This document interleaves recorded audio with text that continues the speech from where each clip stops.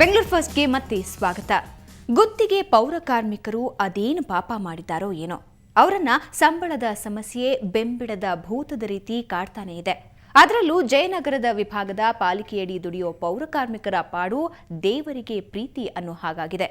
ಅಂಥದ್ದು ಏನಾಯ್ತು ಅಂತೀರಾ? ಈ ವರದಿ ನೋಡಿ.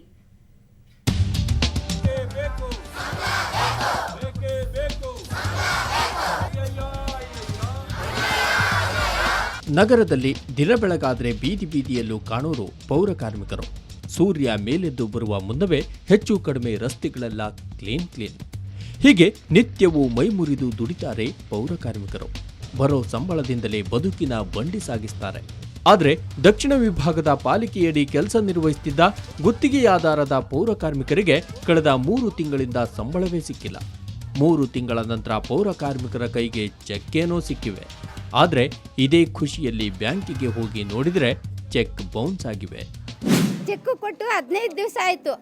ಇವತ್ತು ಹಾಕು, ನಾಳೆ ಹಾಕು, ಇವಾಗ 12ನೇ ತಾರೀಕು ಹಾಕ್ರಿ, 20ನೇ ತಾರೀಕು ಹಾಕ್ರಿ ಅಂದರೆ ನಾವು ಬಾಡಿಗೆ ಕಟ್ದಾರ ಅವ್ರು ಏನಂತಾರೆ, ನಾವು ನಿಮ್ಮ ಬಾಡಿಗೆ ನೋಡಿ ನಾವು ಚೀಟಿ ಹಾಕಿದ್ವಮ್ಮ, ನಿಮ್ಗೆ ಕೊಡೋಕ್ಕಾಗ್ದೆ ಹೋದರೆ ನೀವು ಖಾಲಿ ಮಾಡ್ಕೊಂಡು ಹೋಗಿ.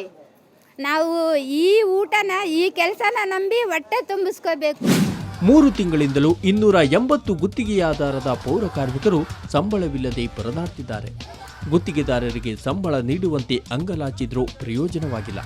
ಹೀಗಾಗಿ ಕಾರ್ಮಿಕರು ದಕ್ಷಿಣ ವಿಭಾಗ ಉಪ ಆಯುಕ್ತರ ಕಚೇರಿ ಮುಂದೆ ಪ್ರತಿಭಟನೆ ನಡೆಸಿದ್ರು. ಆದರೆ ಅಧಿಕಾರಿಗಳು ಮಾತ್ರ ಗುತ್ತಿಗೆದಾರನತ್ತ ಬೊಟ್ಟು ತೋರಿಸಿದ್ರು. ಕಾಂಟ್ರಾಕ್ಟನ್ನೇ ಅಬ್ಸ್ಕೆಂಡ್ ಆಗಿ ಅವ್ರ ಫೋನು ಎತ್ತಾ ಇಲ್ಲ.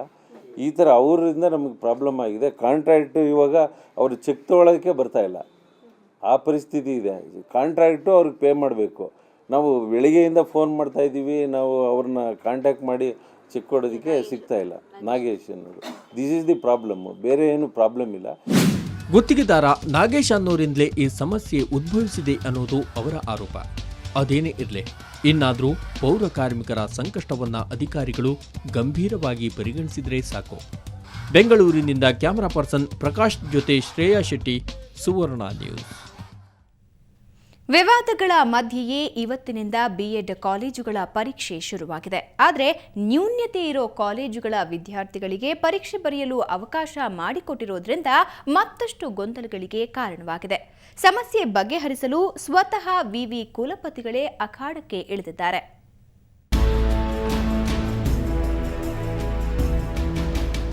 ಬಿಎಡ್ ಕಾಲೇಜುಗಳ ವಿಷಯ ಬೆಂಗಳೂರು ವಿಶ್ವವಿದ್ಯಾಲಯದಲ್ಲಿ ದೊಡ್ಡ ವಿವಾದವನ್ನೇ ಸೃಷ್ಟಿ ಮಾಡಿತ್ತು. ಇದೀಗ ಬಿಎಡ್ ಕಾಲೇಜುಗಳ ಪರೀಕ್ಷೆ ಪ್ರಾರಂಭವಾಗಿದ್ದು, ನಗರದ 21 ಎ ಗ್ರೇಡ್ ಮತ್ತು ಬಿ ಗ್ರೇಡ್ ಕಾಲೇಜುಗಳಲ್ಲಿ ಪರೀಕ್ಷೆ ನಡೀತಾ ಇದೆ. ಆದರೆ ನ್ಯೂನ್ಯತೆ ಇರೋ 47 ಕಾಲೇಜಿನ ವಿದ್ಯಾರ್ಥಿಗಳಿಗೂ ಈ ಕಾಲೇಜುಗಳಲ್ಲಿ ಪರೀಕ್ಷೆ ಬರೆಯಲು ಅವಕಾಶ ನೀಡಲಾಗಿತ್ತು. ಇದು ಮತ್ತಷ್ಟು ವಿವಾದಕ್ಕೆ ಕಾರಣವಾಗಿದ್ದು, ಸ್ವತಃ ಕುಲಪತಿ ತಿಮ್ಮೇಗೌಡ್ರೆ ಪರೀಕ್ಷಾ ಕೇಂದ್ರಗಳಿಗೆ ಭೇಟಿ ನೀಡಿ ಪರಿಶೀಲನೆ ನಡೆಸಿದ್ರು. ಇದರ ಬಗ್ಗೆ ಕೂಲಂಕುಷವಾಗಿ ಒಂದು ಚರ್ಚೆ ಆಯಿತು. ಆವಾಗ ಮುಖ್ಯಮಂತ್ರಿ ಮತ್ತು ಉನ್ನತ ಶಿಕ್ಷಣ ಸಚಿವರು ಏನು ಹೇಳಿದಂದರೆ, ಈ ಬಗ್ಗೆ ವಿಶ್ವವಿದ್ಯಾನಿಲಯ ಒಂದು ನಿರ್ಧಾರ ತಗೊಳ್ಳಿ, ನಿರ್ಧಾರ ಈಗಿರುವ ವಿದ್ಯಾರ್ಥಿಗಳಿಗೆ ತೊಂದರೆ ಆಗದಾಗೆ ಮುಂದೆ ಈ ರೀತಿ ಮರುಕಳಿಸ್ತಾ ಅಂತ ಒಂದು ನಿರ್ಧಾರ ತಗೊಂಡು ಯು ಗೋ ಹೆಡ್ ಅನ್ನೋ ರೀತಿ ಅವ್ರಿಗೆ ಹೇಳಿದ್ರು. ಈ ವೇಳೆ ಸಮರ್ಪಕ ದಾಖಲೆಗಳಿಲ್ಲದ ಕೆಲ ವಿದ್ಯಾರ್ಥಿಗಳ ಪ್ರವೇಶವನ್ನ ನಿರಾಕರಿಸಿದ್ರು. ಇಷ್ಟಾದರೂ ನಗರದ ಬಿಆರ್ವಿ ಕಾಲೇಜು ಕಳೆದ 4 ವರ್ಷಗಳಿಂದ ಮುಚ್ಚಿದ್ರೂ ವಿವಿ ಸಂಯೋಜನೆಗೆ ಮಾನ್ಯತೆ ನೀಡಿದೆ. ಜೊತೆಗೆ ವಿದ್ಯಾರ್ಥಿಗಳು ಪರೀಕ್ಷೆ ಕೂಡ ಬರೆದಿದ್ದಾರೆ. ಇದಕ್ಕೆ ಶಿಕ್ಷಕರ ಶಿಕ್ಷಣ ಉಳಿಸಿ ಸಮಿತಿ ಆಕ್ರೋಶ ವ್ಯಕ್ತಪಡಿಸಿದೆ.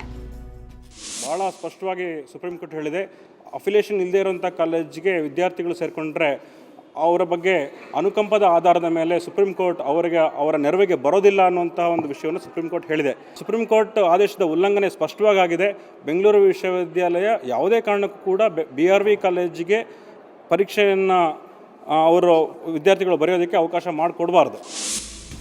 ಒಟ್ನಲ್ಲಿ ಬಿಎಡ್ ಪರೀಕ್ಷೆ ಪ್ರಾರಂಭವಾದ ದಿನವೇ ಗೊಂದಲವೇರ್ಪಟ್ಟಿದ್ದು, ವಿವಿ ಕುಲಪತಿಗಳು ಸಮಸ್ಯೆಯನ್ನ ಪರಿಹರಿಸಲು ಪ್ರಯತ್ನಿಸಿದ್ದಾರೆ. ಆದರೂ ಸದ್ಯಕ್ಕೆ ಗೊಂದಲಗಳು ಮಾತ್ರ ಬಗೆಹರಿಯೋ ಲಕ್ಷಣಗಳು ಕಾಣಿಸ್ತಾ ಇಲ್ಲ. ಬೆಂಗಳೂರಿನಿಂದ ಕ್ಯಾಮರಾಮನ್ ಚಂದ್ರು ಜೊತೆ ಅಂಚನ್ ಗೀತಾ, ಸುವರ್ಣ ನ್ಯೂಸ್. ಕರ್ನಾಟಕ ರಕ್ಷಣಾ ವೇದಿಕೆ ರಾಜ್ಯಾಧ್ಯಕ್ಷ ಟಿಎ ನಾರಾಯಣಗೌಡರಿಗೆ ಇವತ್ತು 47ನೇ ಹುಟ್ಟುಹಬ್ಬದ ಸಂಭ್ರಮ. ಬೆಂಗಳೂರಿನ ಖಾಸಗಿ ಹೋಟೆಲ್ನಲ್ಲಿ ನಡೆದ ಹುಟ್ಟುಹಬ್ಬ ಸಮಾರಂಭದಲ್ಲಿ ಸಿಎಂ ಸಿದ್ದರಾಮಯ್ಯ, ಸಚಿವೆ ಉಮಾಶ್ರೀ, ಶಾಸಕ ಅಶ್ವತ್ಥ ನಾರಾಯಣಗೌಡ ಸೇರಿದಂತೆ ಹಲವು ರಾಜಕೀಯ ಮುಖಂಡರು ಶುಭ ಕೋರಿದರು. ಇದೇ ವೇಳೆ ಆಯೋಜಿಸಿದ್ದ ರಕ್ತದಾನ ಶಿಬಿರದಲ್ಲಿ ಕರವೇ ಕಾರ್ಯಕರ್ತರು ರಕ್ತದಾನ ಮಾಡಿದ್ರು. ನಮಗೆ ದುರಾಭಿಮಾನ ಇರೋದು ಬೇಕಾಗಿಲ್ಲ, ಆದರೆ ಅಭಿಮಾನ ಇರಬೇಕು. ಬೇರೆ ರಾಜ್ಯಗಳಲ್ಲಿರ್ತಕ್ಕಂಥ ರೀತಿಯಲ್ಲಿ ತಮಿಳುನಾಡು, ಮಹಾರಾಷ್ಟ್ರ ಅವರ ನೆಲದ ಬಗ್ಗೆ ದುರಾಭಿಮಾನಿಗಳು ಇರಬೇಕಾದಂಥ ಅಗತ್ಯ ಇಲ್ಲ. ಅಂದರೆ ಕನಿಷ್ಠ